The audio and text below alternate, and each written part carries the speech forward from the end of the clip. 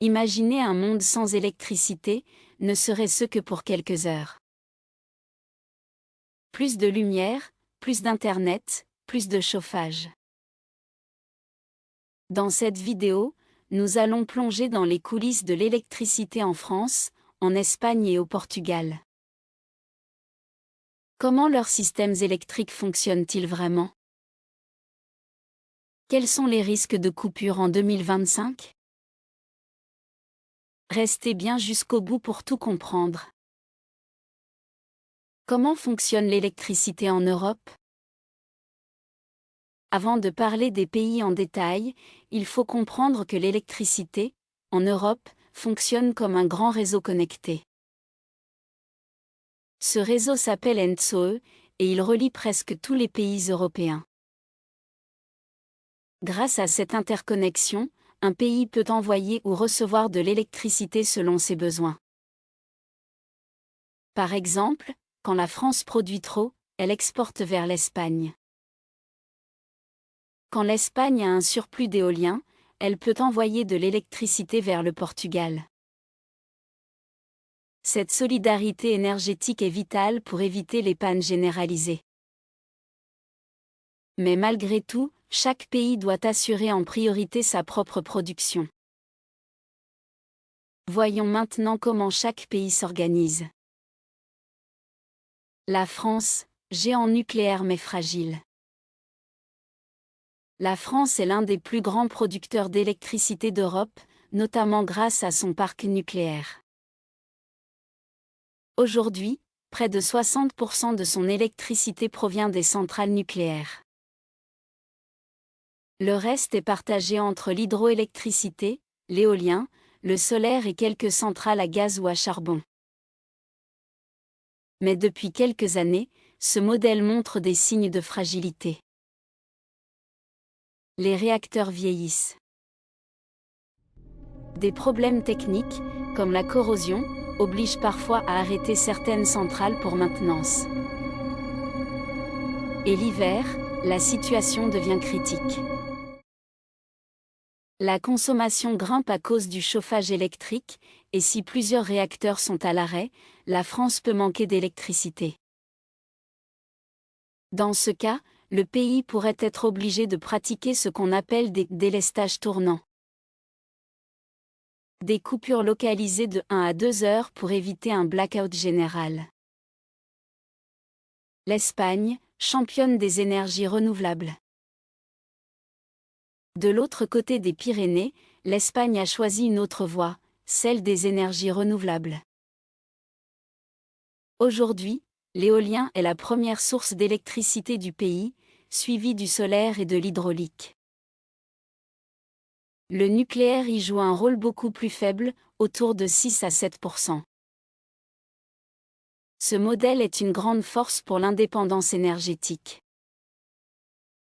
Mais il a aussi une faiblesse, la dépendance au climat. Quand il n'y a pas assez de vent ou de soleil, la production chute. Pour éviter les coupures, l'Espagne utilise ses centrales à gaz qui peuvent démarrer rapidement. De plus, le pays renforce ses interconnexions avec la France, ce qui lui donne une sécurité supplémentaire.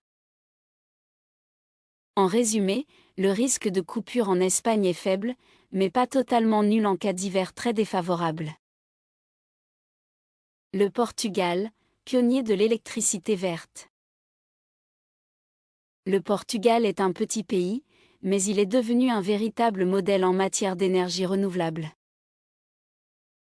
Hydroélectrique, éolien, solaire.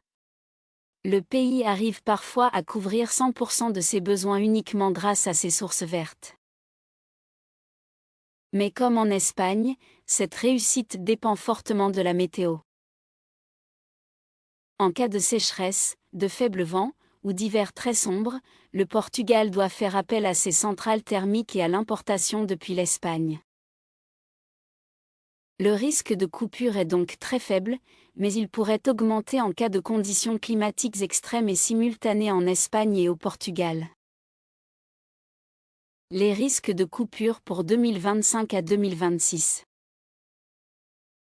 En France, le risque est modéré mais réel, notamment en hiver, si le froid est intense. Plusieurs réacteurs nucléaires sont arrêtés. Et la demande explose aux heures de pointe. Les coupures seraient ciblées, courtes, et prévues en dernier recours pour protéger l'ensemble du réseau.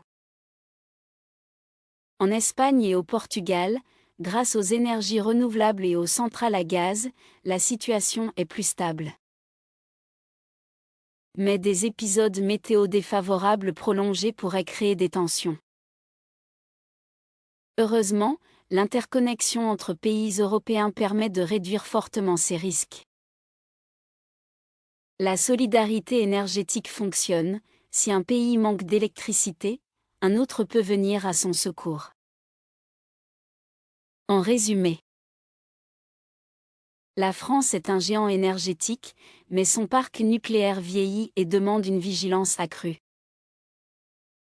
L'Espagne et le Portugal brillent par leur transition énergétique, mais restent dépendants de la météo. Grâce aux échanges européens, un grand blackout paraît aujourd'hui peu probable. Notre meilleur bouclier contre les coupures reste simple. Consommer mieux, éviter les gaspillages, et faire preuve de sobriété énergétique aux heures critiques. Merci d'avoir suivi cette vidéo. Si vous avez appris quelque chose, pensez à liker, à vous abonner, et à partager. Et dites-moi en commentaire, est-ce que vous craignez une coupure d'électricité cet hiver ?